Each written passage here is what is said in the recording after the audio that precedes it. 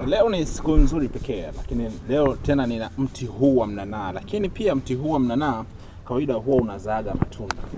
Na haya matunda ya mnanaa leo nataka nikueleze jinsi gani matunda haya yamekuwa ni faida kubwa sana. Kwanza, una mtoto wako ambaye anachelewa kutembea. Una mtoto wako ambaye anachelewa kuongea. Mtoto ambaye anachelewa kutembea, matunda haya unatengeneza mafuta yake. Matunda ya mnanaa kawaida yanakuwa na mafuta yake.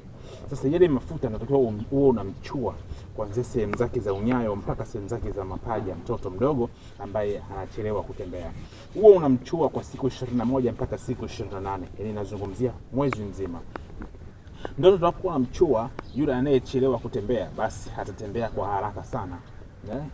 Mtoto anafika miaka 2 hajaanza kutembea, basi chukua mafuta ya mnanaa, anza kumchua ili aweze kutembea kwa haraka. Lakini pia mtoto ambaye anachelewa kuongea, mtoto ambaye amechelewa kuongea, unatakiwa upate haya maua ya mnanaa. Maua haya ya mnanaa unayachuma vizuri ya kutosha, kisha unayasaga na kuyachemsha. Patie mtoto awe anakunywa kikombe kidogo cha mililita 50 kila siku kwa muda wa wiki 2 mpaka wiki 3. Mtoto huyo ataanza kuongea vizuri sana. Maneno ambayo anashindwa kutamka, basi ataanza kuyatamka maneno hayo atakapoanza kutumia dawa hizi.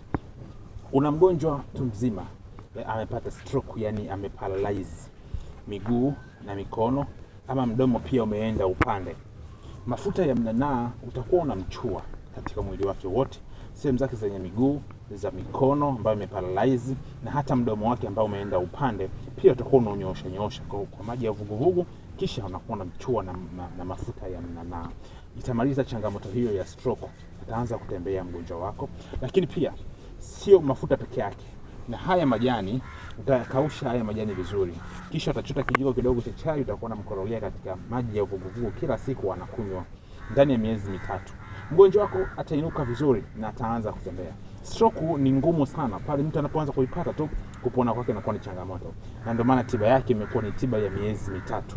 Ndani ya miezi 3 mgonjwa wako ataanza kutembea vizuri sana, hata kama alikuwa atembei, kama alikuwa yupo ndani kitandani.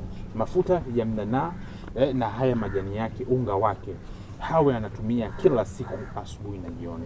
Zingatia kwamba tiba hii tumeanzia kwa watoto na hata watu wazima. Lakini pia hata wewe ambaye hujapata stroke lakini una changamoto ya kupoteza kumbukumbu, yani unakuwa na changamoto ya kuweza kupata maumivu ya kichwa mara kwa mara, lakini pia unakuwa unasahau mara kwa mara. Hivyo tiba hii ina uwezo wa kuweza kumaliza changamoto yako ambayo inayokusumbua.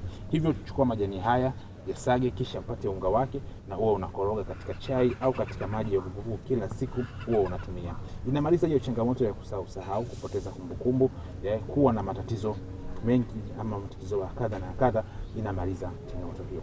Mimi ni mtaalamu ambaye nakuwa nakushauri kila siku kuhusiana na swala la tiba.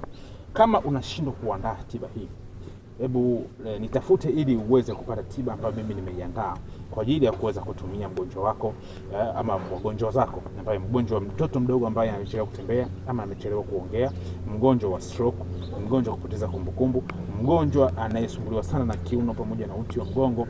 Unaweza kunipigia simu ili niweze kukupatia tiba iliyokuwepo, kama utashindwa kuweza kuandaa tiba hii ambayo mimi nimekuelekeza.